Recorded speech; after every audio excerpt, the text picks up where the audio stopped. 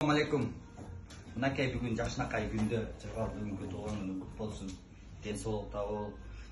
Сенин мындай жакын сыйлаган конокторуңа мен дагы келип кошулуп атканыма аябай кубанычтамын.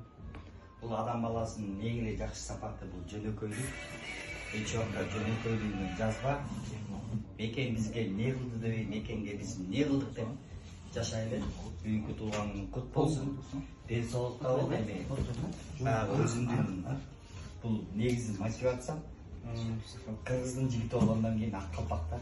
Ошон үчүн эми кичине болсо дагы ак калпакты кийип койт мен артыма. Негизи бул өзүнүн ак калпак болгондон кийин туулганың кут болсун.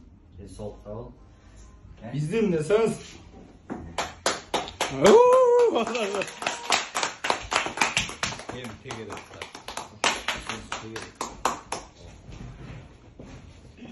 Аябай жакшы чоң белек болду мен үчүн, рахмат.